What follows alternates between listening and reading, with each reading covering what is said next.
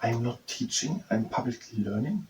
But hi and welcome to Learning for the Life in the UK Test Part 29, a distinct identity Part 2, that is on page 19, 20 and 21, while doing morning stretching and participating in the physical exercises is at your desk. So, we had already as a distinct identity that during the Middle Ages, England developed its own national identity and culture, and that the English language is based on Anglo-Saxon and on Norman French. The ruling class, the king and the lords, were speaking Norman French because William the Conqueror had come from Normandy in France. And the peasants, so the most part of the population, was speaking Anglo-Saxon. And a lot of words in the English language are from Anglo-Saxon, for example, cow, summer, animal, the cow, summer or apple. Other words like park and beauty are from Norman French. And today there are many words which are having two similar meanings, for example, demand and ask. And the word ask is from Anglo-Saxon and demand is from French, demande. And by 1400, it is also here in quotation marks, that is important. Official documents were made in English, so in English and language based on Anglo-Saxon and Norman French. And also something of, yes, Anglo-Saxon that was written before, but the Celtic was the origin, then the Anglo-Saxon and the Utes brought a bit language which the modern English is based on. And now we have here more in detail the influence of Anglo-Saxon and Norman French on the English language. So by 1400, official documents were signed in English, and it became the preferred language of the royal court and the parliament, English, by 1400. Now let's start with the morning stretching. We are having legs standing wide apart. We're breathing in and going down. And breathe out. Again in. And out. Again in. Out. In. Out. Breathe in and close the legs. And out.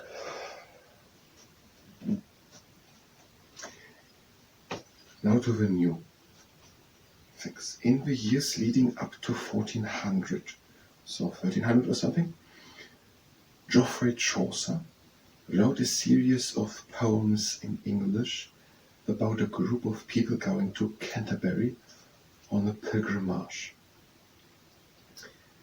So Geoffrey Chaucer had written in 1380 or something poems in the English language about people who were going to Canterbury on a pilgrimage, so for religious reasons. The people decided to tell each other stories on the journey, and the poems describe the travelers and some of the stories they told. So he wrote about a group of people who were going as pilgrims to Canterbury. Canterbury is we don't know it yet, but it is a place in England. We were going there, and we were talking stories while we were going there, and he had written about them. No, he had, I don't think they actually existed, but he had invented them, and he had invented this group and had written about them.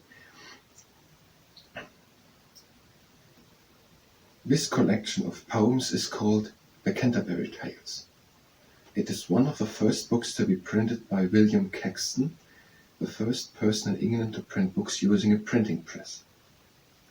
So printing press, that is something where the books are pressed, not then handwritten down, and it takes a very long time to write a page, but you just take the next page and you press onto it, and then it is there, basically like a stamp. And these Canterbury Tales by Geoffrey Chaucer, which was printed by William Caxton around 1400, was one of the first books in English, and that book, the Canterbury Tales, is a collection of poems about people who were going on a pilgrimage to Canterbury and were talking stories on their way. Moving the legs, standing a bit more and shorter wide apart. We're breathing in and lifting the arms up. And we're breathing out and going to the side. Now breathe in and open the ribcage. And out back into the middle. and again in, and out over to the other side. And breathe in and open the rib cage. And out. And again in. And out back into the middle. And we do the second exercise. We're having the legs standing in the same position. We are breathing in. And out, one hand slides down the leg and the other shoulder stays down. And breathe in. And out, and we're taking the arm over. And breathe in and out again the rib cage. So breathe in. And out. Again in. And out back into the middle. And breathe in.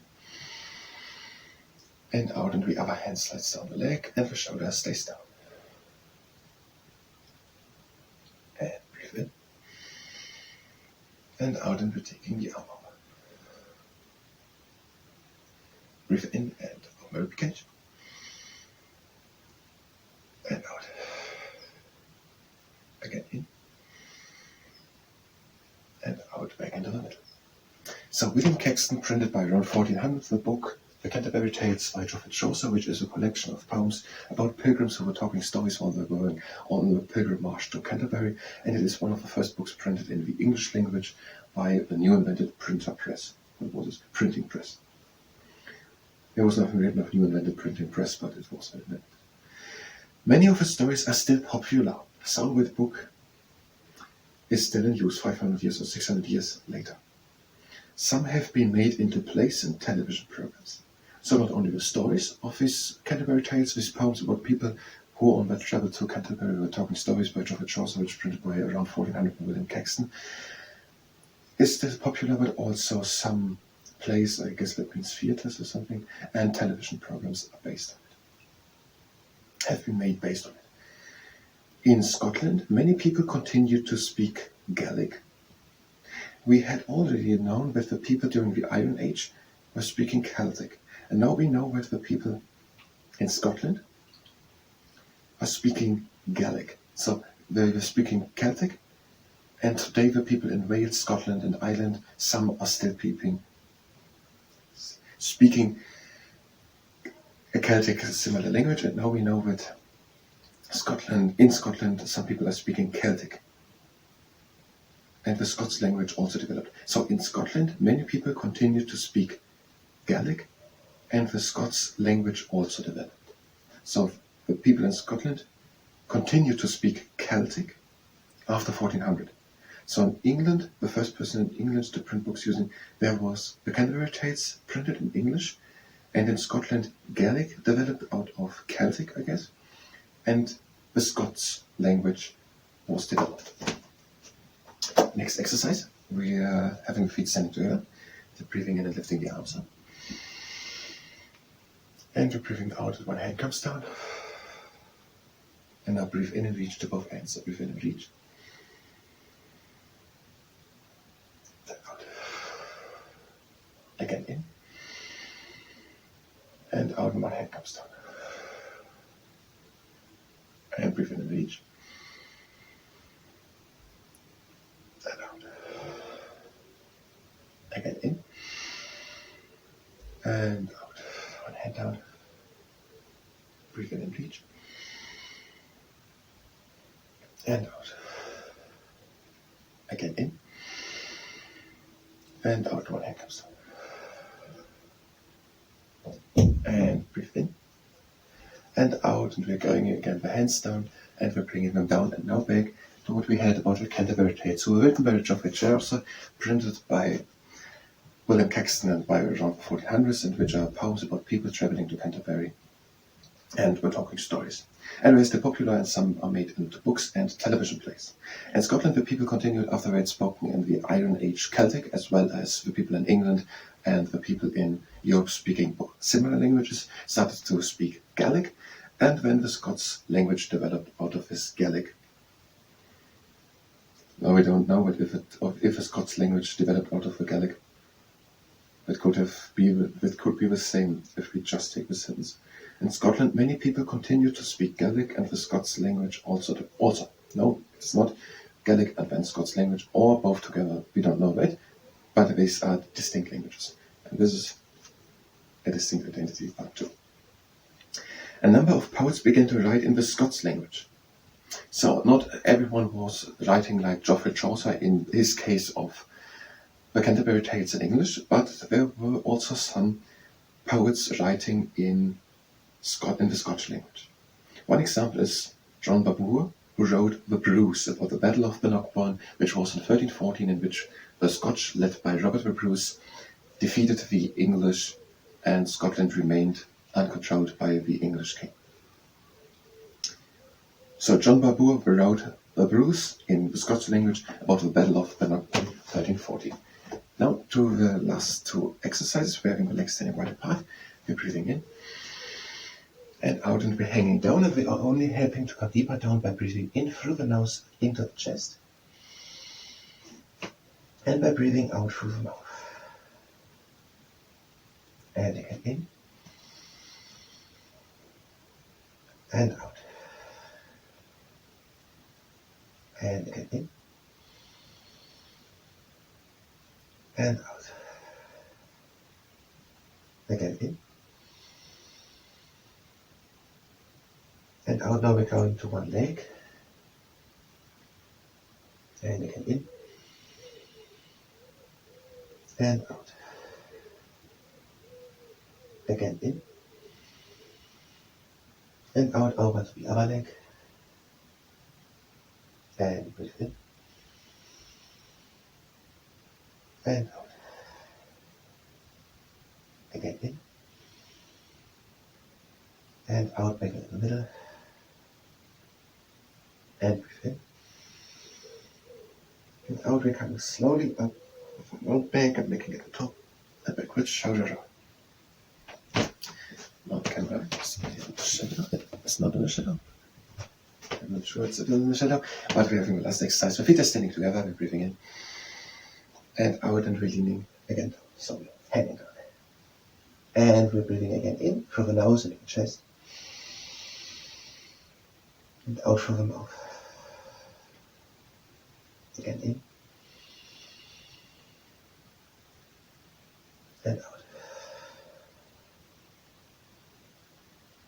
And in and out.